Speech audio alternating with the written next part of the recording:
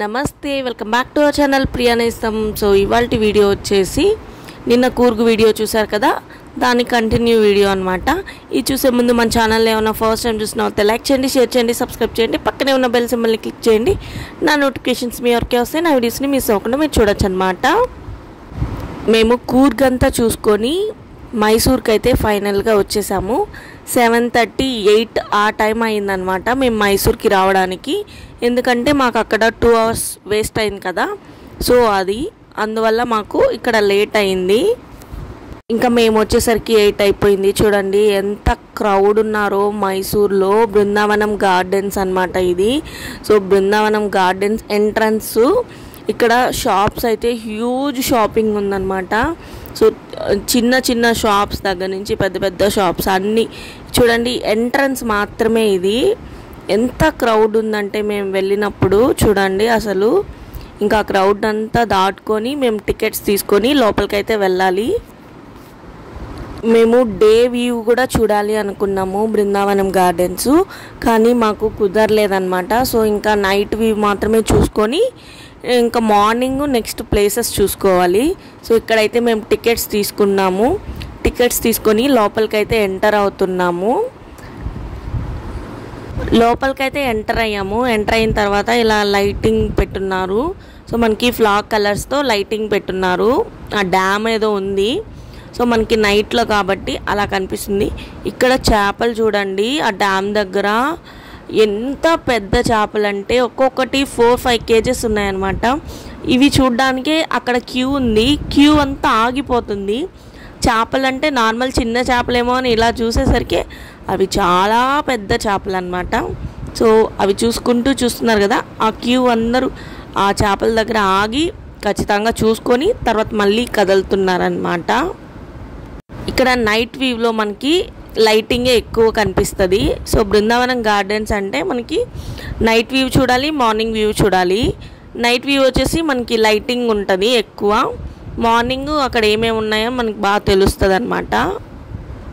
ఇంకా మేము నైట్ వెళ్ళాం కాబట్టి ఆబ్వియస్లీ మనకి లైటింగ్ ఎక్కువ కనిపిస్తుంది. ఎక్కడ ఏది కనిపిస్తే అక్కడ అలా చూసుకుంటూ వెళ్ళిపోతున్నాం. అంటే ప్రాపర్గా ఇది ఇక్కడ వెళ్ళిన తర్వాత అది వెళ్ళాలి అలా ఏం లేదు. మేము లేట్గా వెళ్ళాం కదా, ఏది కనిపిస్తే అక్కడ చూసుకుంటూ వెళ్ళడమే. ఇదండి కొన్ని ఫ్లవర్స్ అయితే మాకు కనిపించాయి. ఇవైతే బంతి పూలు. కనిపించిన దగ్గర చూసుకొని వెళ్తూ ఉన్నాము. లైటింగ్ అయితే మనకి చాలా బాగుండిందనమాట చూడడానికి. ఇక్కడ ఇంకొకటి ఏంటి అంటే కూర్గ్లో చూసినట్టు వాటర్ డ్యాన్స్ ఇక్కడ కూడా ఉంది. సో ఇక్కడైతే చాలా పెద్దదనమాట. కూర్గ్లో అయినా చిన్నది, కానీ కూర్గ్లో ఫస్ట్ టైం చూసాం కాబట్టి థ్రిల్లింగ్ వేరే లెవెల్లో ఉన్నిందనమాట. ఇక్కడ అక్కడి నుంచి చూసేసి ఇక్కడ చూసాం కాబట్టి ఇక్కడ పెద్దదైనా పెద్దగా అనిపించలేదు, కానీ చాలా పెద్దదనమాట. కూర్గ్లో కంటే కూడా మైసూర్ బృందావనం గార్డెన్స్లో వాటర్ డ్యాన్స్ అనేది చాలా పెద్దది, చాలా బాగుంది కూడా. బృందావనం గార్డెన్స్ చాలా పెద్దదండి. సో మేము అవన్నీ చూస్తూ వెళ్తూ ఉంటే వస్తూనే ఉంది. రకరకాల చెట్లు ఉన్నాయి, ఫ్లవర్స్ ఉన్నాయి. ఆ నైట్ టైంలో మాకు ఏంటి ఎక్కడ ఏం తెలియడం లేదనమాట. అయినా మేము చూసుకుంటూ పోతూ ఉన్నాము. ఫ్లవర్స్ అయితే రకరకాలు ఉన్నాయి. లైటింగ్ కూడా చాలా చోట్ల ఉందన్నమాట, ఒక్క చోటే కాదు. వెరైటీగా చూడండి వాటర్ డ్యాన్స్.